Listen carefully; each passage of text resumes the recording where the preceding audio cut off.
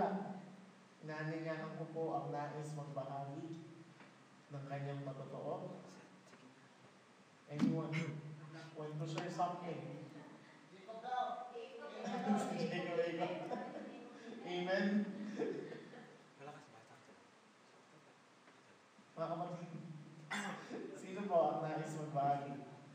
Any share blessing every day. It's a blessing from God.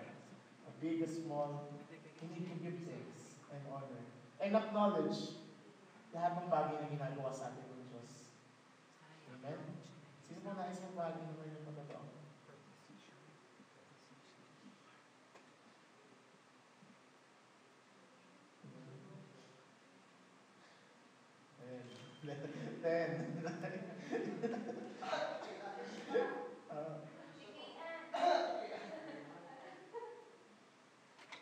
Sino nagpapasalamat dito sa Panginoon?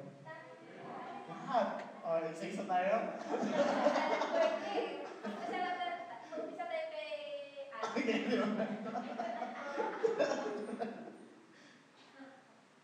Sino ba? I think Josh, David.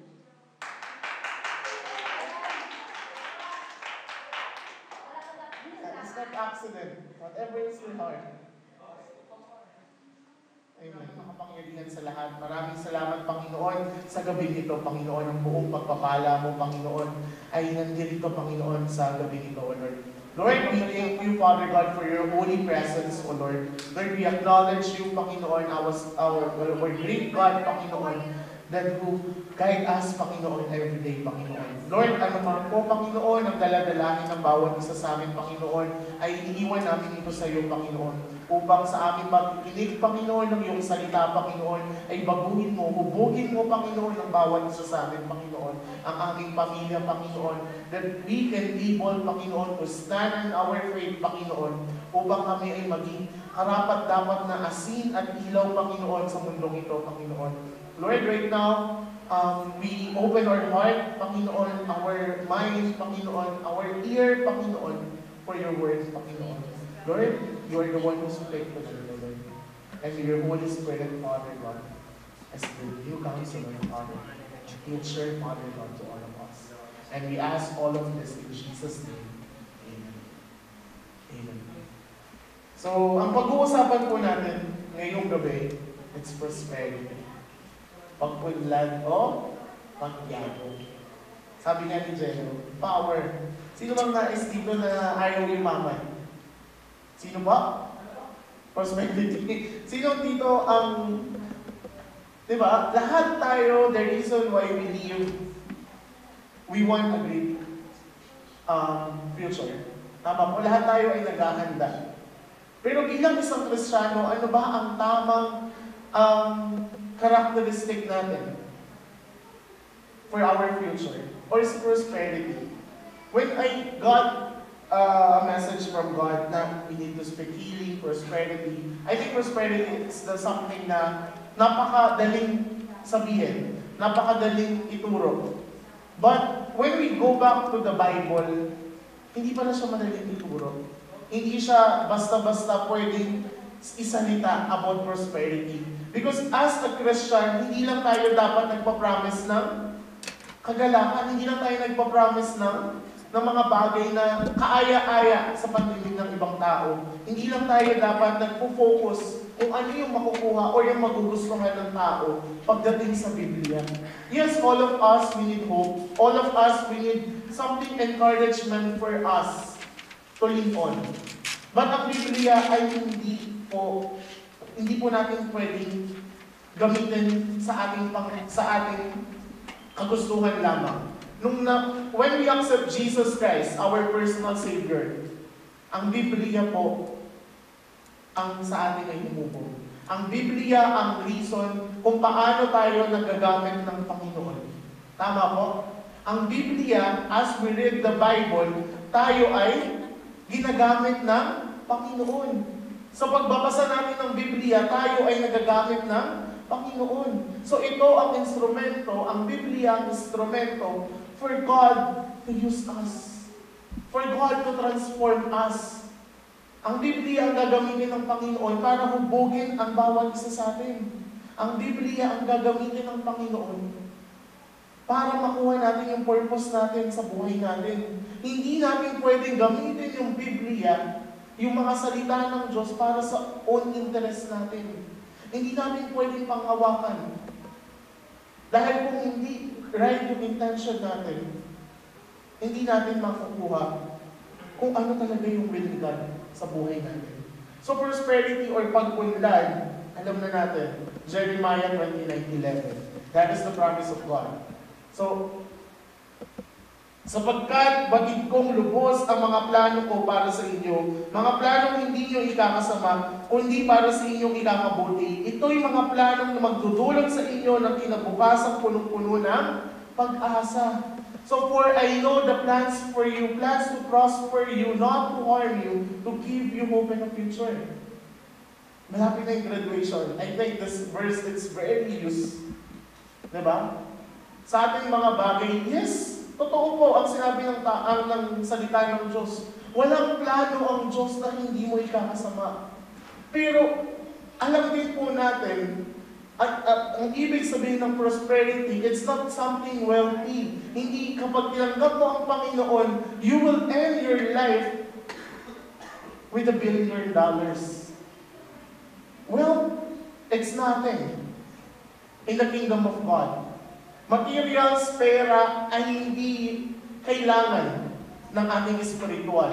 God can provide us a career, a money, because God knows that kailangan natin i-maintain yung buhay natin hanggang sa pagbabalik niya. God knows everything. Di ba nga po ang si Eva at Adan na nagkasala, sino nag-provide ng kanilang kasuotan? Ang Panginoon. Yung libo-libong tao na sumunod kay Jesucristo, anong sinabi ng Panginoon? Ayaw niyang magutom yung mga libo-libong tao. Gumawa siya ng miracle, pinakain niya the 5,000 people upang hindi ito magutom. Ganon din po ang tao. Ang kasalungat ng prosperity, it's poverty, it's of course from God. Hindi rin tayo dapat namumuhay for the poverty. God, it's the answer. God wants us to live us according to His will. Pero kailangan din natin maintindihan not everyone has calling, it's to be wealthy. Yung calling natin sa buhay natin ay iba-iba. Hindi pwede yung blessing na ginigay ng Panginoon sa isang tao, ang lahat ng tao ay magkakaroon. We have a different purpose. In plastic, na pag-aralan natin, kung walang may sakit, paano mapapakita ng Panginoon ang kanyang kakayahang magpagaling? Kung paano lahat ng tao ay billionaires, ano nang kaya itsura ng mundo? Sa tingin nyo, hahanap pa tayo ng Panginoon? Sa tingin nyo, magtatrabaho pa ang lahat ng tao? For us, sometimes the financial breakthrough in our life, dapat marunong tayo manampalataya. Whatever the will of God, it's a stewardship, it's our discipline in our life, kung paano natin ito hinahandle. But the prosperity, the promise of God sa atin, yung pananampalataya natin sa Diyos, yun yung mag-aangat sa atin sa lahat ng aspeto ng buhay natin. Ngunit hindi tayo dapat nagmamahal sa pera. Alam po natin yan. Ang pagmamahal sa mundo, ang pagmamahal sa pera ay paglayo natin sa Panginoon. As we worship God, as we follow God, ito ay naglalapit sa atin sa Panginoon. So bilang isang Kristiyano, dapat marunong natin intindihin kung ano ba yung nais ng plano natin sa Diyos. Diba? Hindi masama. All the dreams. Diba? Sabi ng Biblia, delight to the Lord and He will give you the desire of your heart. So whatever your dreams in your heart, whatever the dreams in your mind, di ba ang pangarap hindi lang para sa mga graduating student, di ba Josh? Di ba ang pangarap para sa lahat ng tao? Lahat ng tao, it doesn't mean na bata, matanda, wala tayong pangarap. But those dreams, binigay yun ni God sa atin para gamitin in His kingdom, in His glory. Hindi binigay sa atin yung mga pangarap natin para mapagmalaki natin in the long run. Hindi binigay ng Panginoon yung favor niya sa atin para iangat natin yung sarili natin. If we want to achieve something in our life, at the end, the God should be glorified. Amen? And ano po yung warning? Let's open the Bible in Hebrews chapter 13, verse 5. Huwag kayong magmukhang pera at masiyahan na kayo sa anumang nasa inyo. Sapagkat sinabi ng Diyos, hindi kita iiwan, di pababayaan man. Don't care about the money. Hindi ko po sinasabi na itapon niyo yung mga pera niyo. Diba? The Bible said, we need money. Paglabas pa lang natin ng gusali, di ba kailangan na namin ng money to sustain our life. And God knows about it. But the love, it's something different. If we will love the material world, if we will love the money, we want to receive more sa buhay natin, yun ang hindi kaaya-aya sa Panginoon. The Bible, the command, what is the greatest commandment by God? Love your God with all your heart, with all your mind and soul. Di ba? Hindi po natin idolatry. Yun yung pagkakamali natin. Minsan nakala natin nagsuserve tayo kay God, but the idolatry of money, it's in us.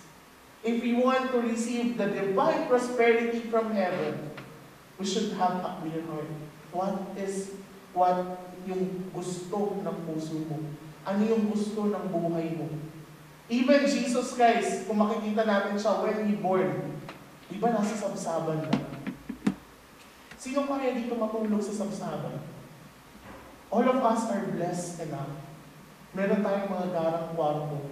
Meron tayong malalambot na kama upang makapagpahinga tayo. Yet, nagagawa pa natin mag-complain. But Jesus Himself,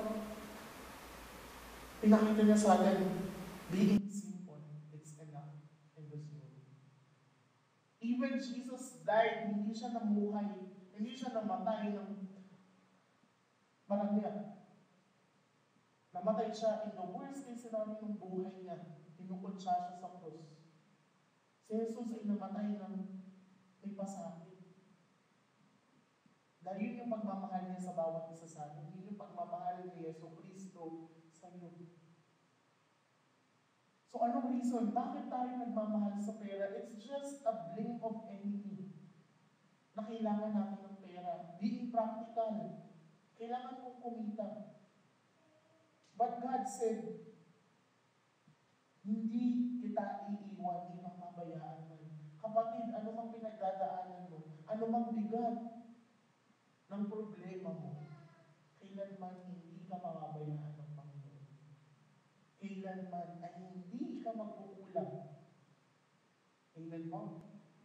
And the same warning po in 1 Timothy chapter 3, verse 3. Hindi siya lasinggero, hindi marahas, hindi mahinahon, hindi mahilig makipag-away, at hindi maibigin sa salapi. This one is the characteristic of a Christian, especially for leaders. Di ba lahat ng believers, it's a leader.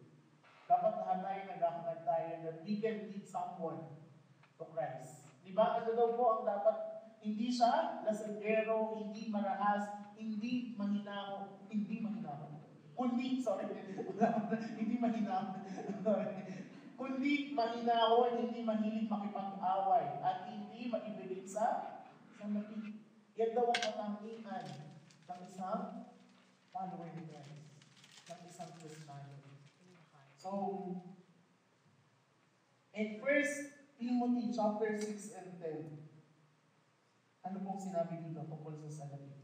Sapagkat ang pag-ibig sa salapi ay ugat ng lahat ng kasamaan. Dahil sa paghahangad na yumaman, may mga taong nalalayo sa pananampalataya at nagsasadlak sa maraming kapaghatian. So kung tayo daw ay mamumuhay, di ba? Sabi nga, it's a human race. Lahat ng tao competitive yan in many things for money. But as a Christian, we need to live by faith, not by our sight. Di ba napakasarap na meron tayong pananampalataya ng Diyos pero yung pera pumapasok sa atin? It doesn't mean naman na hindi natin kailangan ng pera, pero don't focus on the material world. Focus on God and all things will be added. Di ba kung ibang tao ang hinahangad nila ay yumaman, tayo ang hinahangad natin ay lumapit sa Panginoon. Pero yung prosperity, it's in us. Mas madali natin makakamit ang prosperity, ang divine prosperity ng Panginoon, the blessing from heaven, kung hindi natin ito hinahangad. Kung marunong tayong mag-humble sa Panginoon, if we know to humble ourselves to obey the Word of God, the blessing from heaven, yung mga bagay na hindi natin inaasahan, yung mga bagay na magkakataon na walang-wala na tayo, pero hindi natin iniisip yung kakulangan natin. Dahil malakas ang ating pananampalataya sa Panginoon. Doon papasok ang pagpapaga ng Panginoon. Sa mga bagay na hindi na natin alam. Sa mga bagay na hindi natin inaasahan. All the opportunity will open for us as a Christian. Kung kaya ng tao na mag-succeed sa mga kanyang sarili lamang, what more pa tayo na meron tayong Hesus Kristo sa buhay natin. What more pa tayo na meron tayong pananampalataya kay Hesus Kristo na namatay sa atin sa cross. Nasa atin. Nasa atin kung paano natin gagamitin, kung paano natin hahangarin yung prosperity. But if we will put God first in our life. Because if your intention is to be prospered, hindi mo tama yun. But if you will put God first in everything, ang pangako ng Panginoon, all things will be added. All things will be added to us.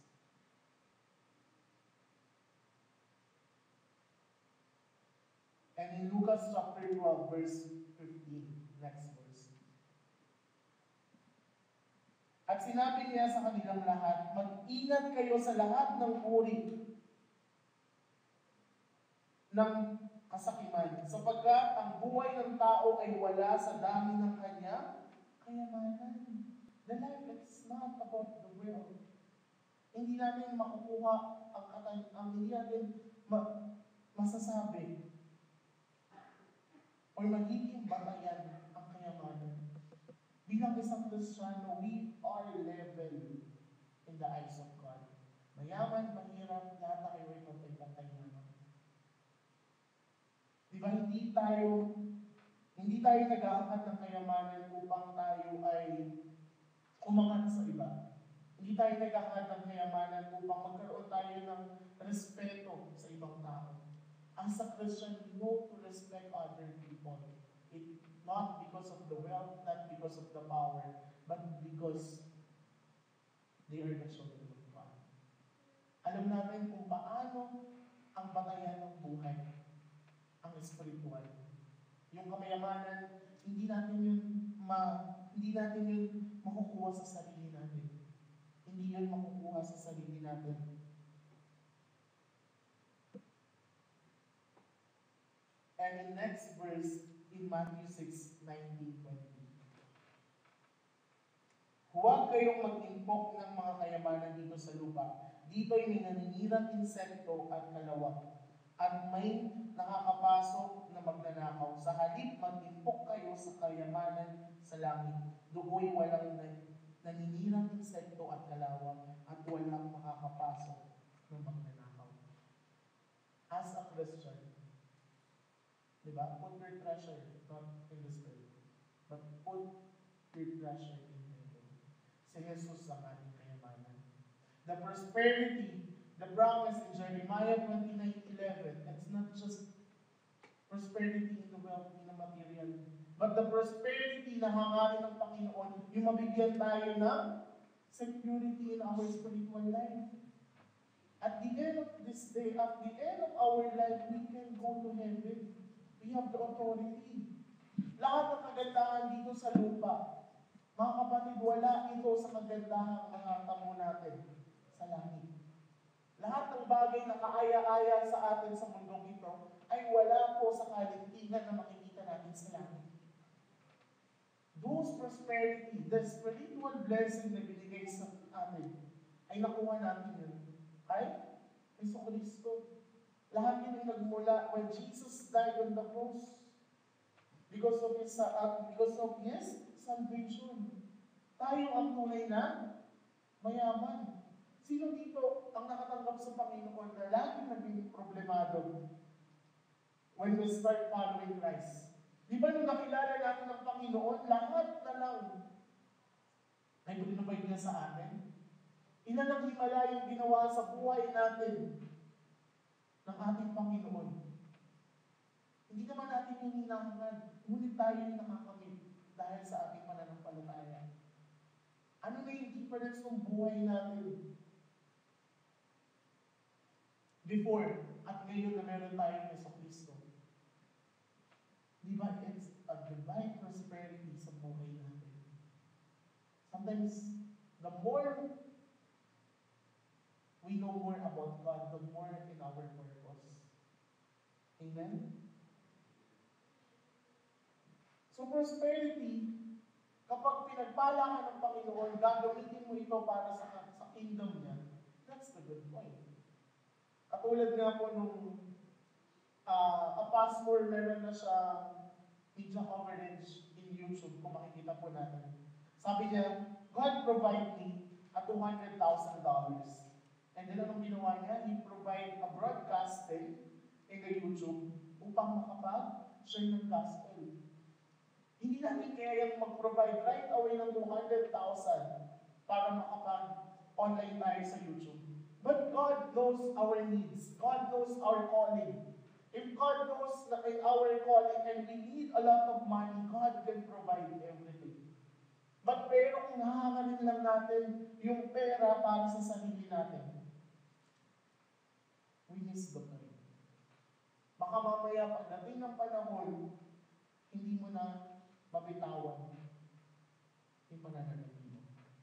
I heard nung bago naging Kristiyano, I heard tithes and offerings. The lesson about tithes and offerings. Sabi nga, napakadali magbigay.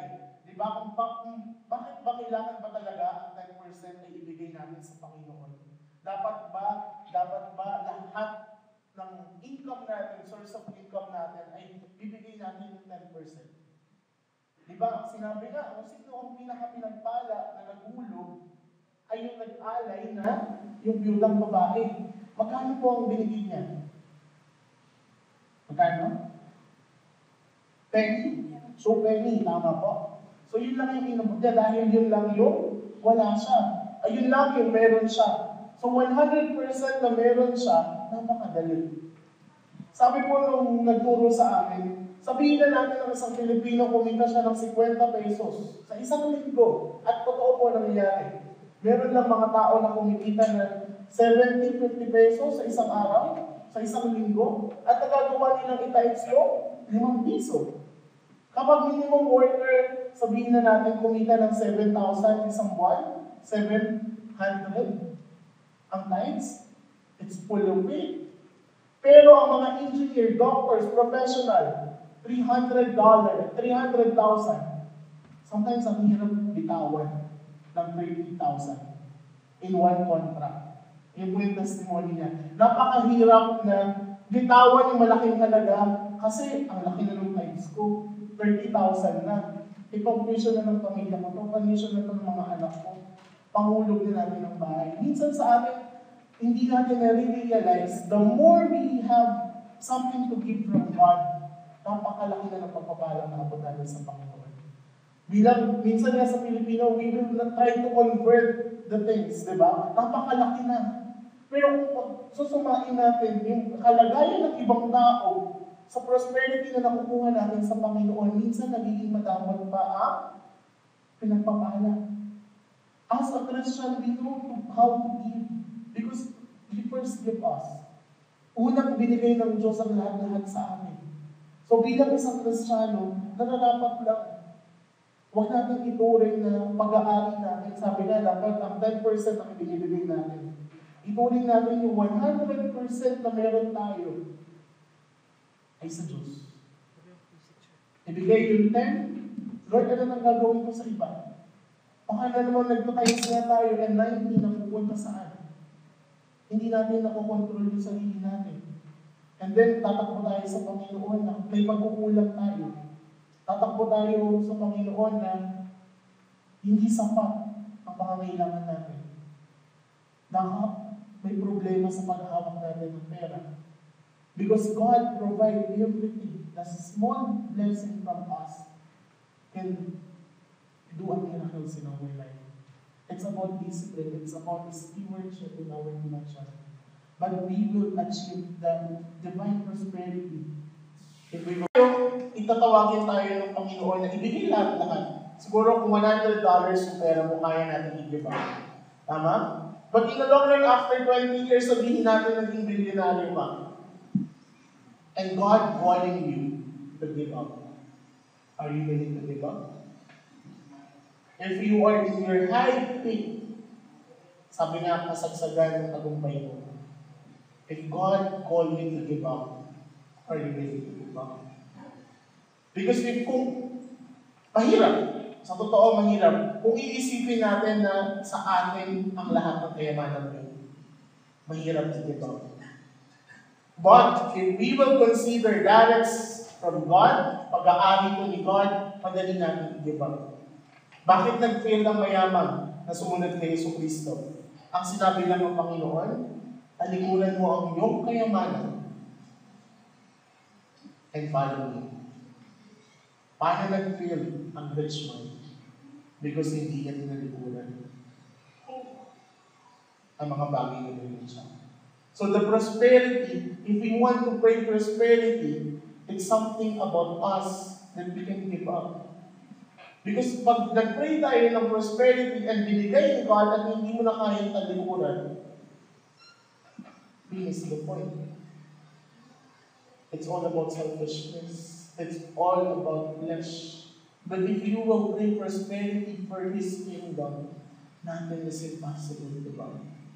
Whatever you want to do in your life, whatever your work, what is your path, and you have a desire to use in His kingdom, nothing is impossible to God. If your intention is good, it's your intention, it's for His kingdom, for His name to be glorified, para lumawak yung ministry mo, para lumawak yung mga tao mababahagian mo ng salita, God will provide everything in your life. And the next verse in John chapter 6:26. Sumagot si Jesus, pakatandaan niyo, hinahanap niyo ako hindi dahil sa mga himalang nakita niyo, kundi dahil nakakain kayo ng tinapay at nabusog. Ito po yung mga tao na kinakain sa 5,000 people na napakain ng Panginoon. Di ba? Ang naramdaman ng Panginoon na wala siya, hindi siya sumama doon sa 5,000, and then nung nakita nila, nung encounter ulit nila ng Panginoon, ay ito po yung binanggit ng Panginoon. Pagkakatandaan nyo, hinahanap niyo ako, hindi dahil sa mga himalang nakita nyo, kundi dahil nakakain kayo ng tinapay at nabusog. Sometimes we are not following Christ because God can do blessing. Don't search for God's hand. Search for God's heart. Ang pagpapala ng Panginoon, pag nakita natin ang Diyos sa buhay natin, at natuto tayo manampalataya ang lahat ng blessing. Di ba? It's overflowing na ibibigay sa atin. Dapat yung desire mo, yung hanapin mo yung puso, the same heart na meron ng Diyos, magkaroon tayo. Hindi tayo sumusunod sa Panginoon na tulad ng sinabi ng Panginoon dahil nagkaroon tayo, dahil nabusog tayo sa pagpapala, nabusog tayo sa pangangailangan natin. We are following of God because nakita natin yung pagmamahal niya sa atin. Because alam natin, we acknowledge that He is God. He is the one who created us. Doon po magsisimula yung pag-transfer sa puso natin. Yung magkakaroon tayo ng renew of our mind. Di ba, do not conform to the pattern of this world, but be transformed by renewing of your mind. May iba na tayong pananaw sa buhay. Iba yung batayan natin sa buhay natin.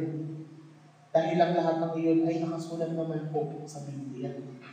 So, in John chapter 6, verse 27, huwag ang pagkain nasisira ang inyong pagsikapang kamnan, kundi ang pagkain hindi nasisira at nagbibigay ng buhay na walang hanggan.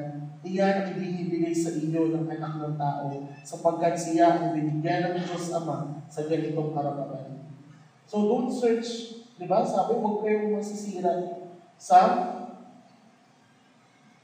sirang kaptan, kundi yung mga masisirang bagay, the material. Lahat ng material ay mawawala, lahat ng material na bagay ay maaaring maglaho sa buhay natin. Ba't ang ating pananampalataya ay mananatili kailanman? Sabi na hindi mo madadala ang pera mo sa langit, ngunit ang iyong pananampalataya ay magpapapasok sa iyo sa langit. And in verse 35, ano pong sinabi ng Panginoon? Sinabi ni Jesus, ako ang tinapay na nagbibigay buhay, ang lumalapit sa akin ay hindi na magugutom kailanman, at ang sumasampalataya sa akin ay hindi na mauuhaw kailanman. Si Jesus. Si Jesus ang kailangan natin. Si Jesus ang kailangan ng bawat tao. If the world is competitive for money, as a Christian, by living by faith, we should competitive to seek God in our life. To obey His word in our life. To apply all the word of God in any aspect of our life. Di ba nandoon yung katatagan ng ating puso? Nandoon yung katatagan ng ating pamumuhay? Hangarin mo ba ang masaganang maraming perang buhay kung wala namang Diyos sa pamilya mo? O mas gugustuhin na natin mamuhay na kalugod-lugod sa Panginoon na meron tayong pananampalataya. Ang sentro ng ating pamilya ay si Yesu Cristo. Di ba napakasarap mga kapatid na mabubuhay tayo ng may kapayapaan, ng peace of mind, araw-araw. Hindi masama maghangad ng prosperity. We can pray for prosperity. At ulit yan ang sinabi ng Word of God. But we need sure that we're going towards God. We're not praying for something at gusto natin na darating ang panahon, ma-realize natin, napakalayo na pala natin sa Panginoon. Alam natin it's two-way. Kung gusto mo lumapit sa Panginoon, lumakad ka papunta sa Panginoon. At palayo ka sa mundo. Hindi yung pupunta ka sa, dadasal ka at papunta ka sa mundo, hindi ka papunta sa Panginoon. Paano natin malalaman? The guidelines, it's 2. In Lucas 6, chapter 38, magbigay kayo at kayo bibigyan ng Diyos. Pustong takan, siksik, liglig at umaapaw pa ang binibigay sa inyo. Sapagkat ang panukat na ginagamit nyo sa iba ay siya rin gagamitin panukat sa inyo. Give and you shall receive. As a Christian, the more we receive from God, the more we give.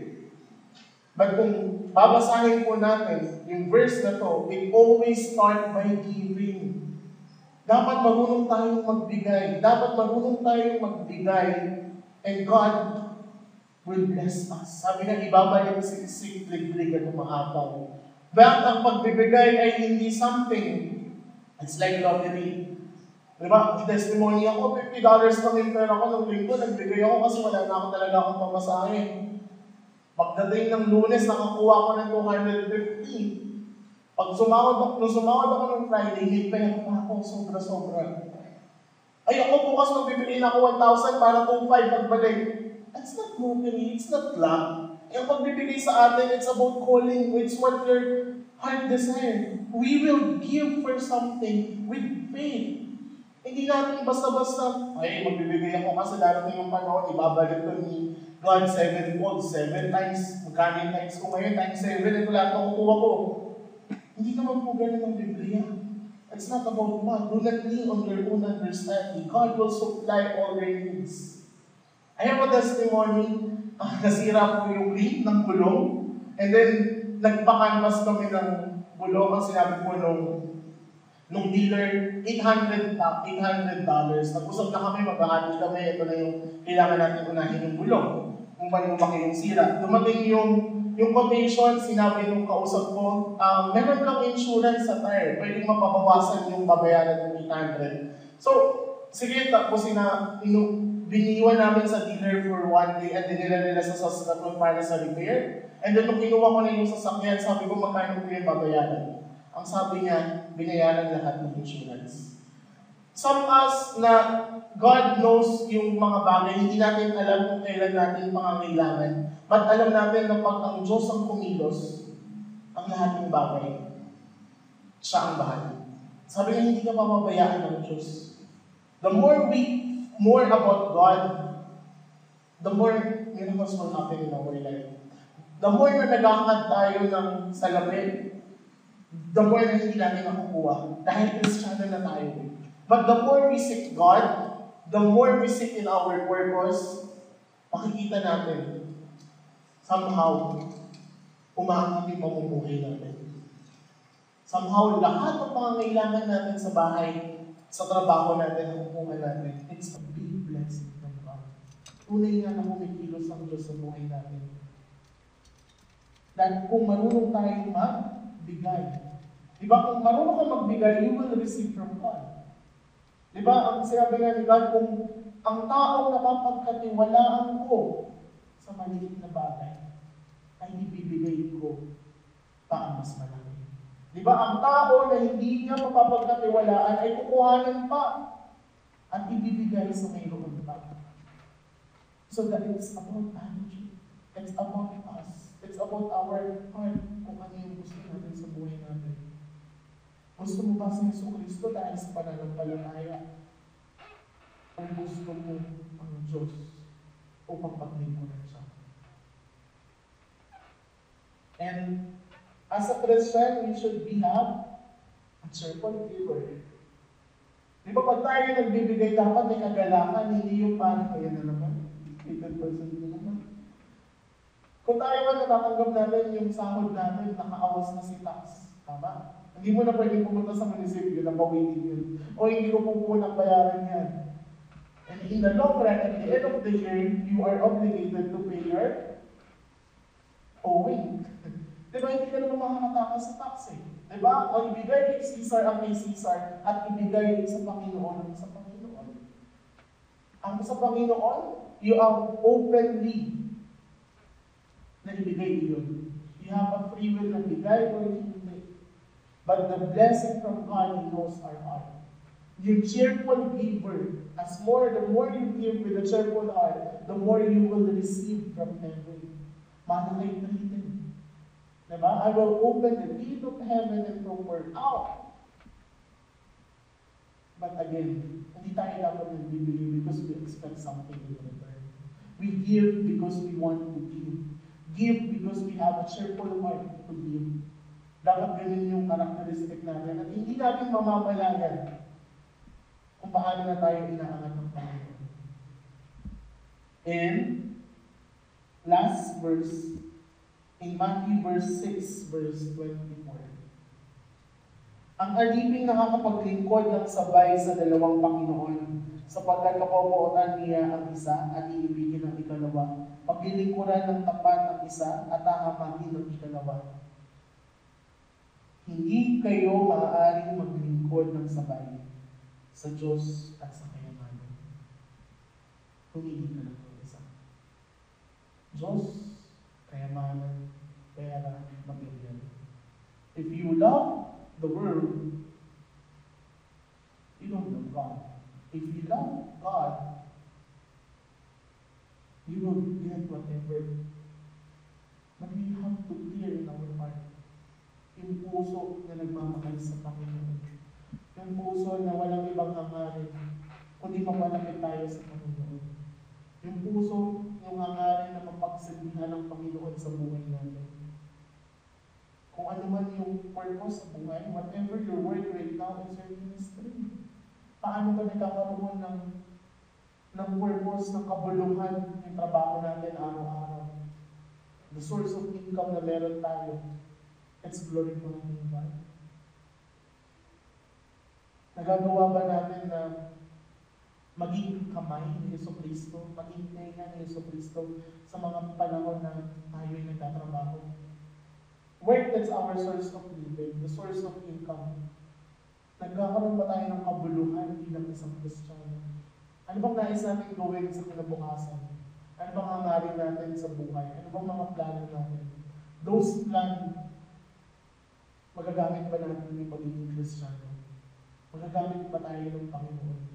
Yung ba talaga yung will of God para sa atin? Talk to your heart. Talk to God. Always in line with His plan. Diba? Hindi naman tayo bibigyan ng design ni God upang maging magpasama. The message for us of prosperity is not bad. But the thing is, our intention. Maaaring pumasok ang enemy as we move forward in the prosperity or the victory plan ni God sa buhay natin. If we want breakthrough, dapat basagin natin yung mga gawa ng Satanas. Basagin natin yung mga panlilinlang niya sa atin. If we want financial breakthrough, learn how to give and see what God will do for the rest. Learn how to have a cheerful heart. Baka mamaya mahal na talaga natin yung pera. Baka mamaya nag-aanad na tayo ng maraming pera sa buhay natin. Sinabi naman ng Biblia, ang kailangan lang natin ay si Yesu Cristo. Siya ang tunay na kayamanan.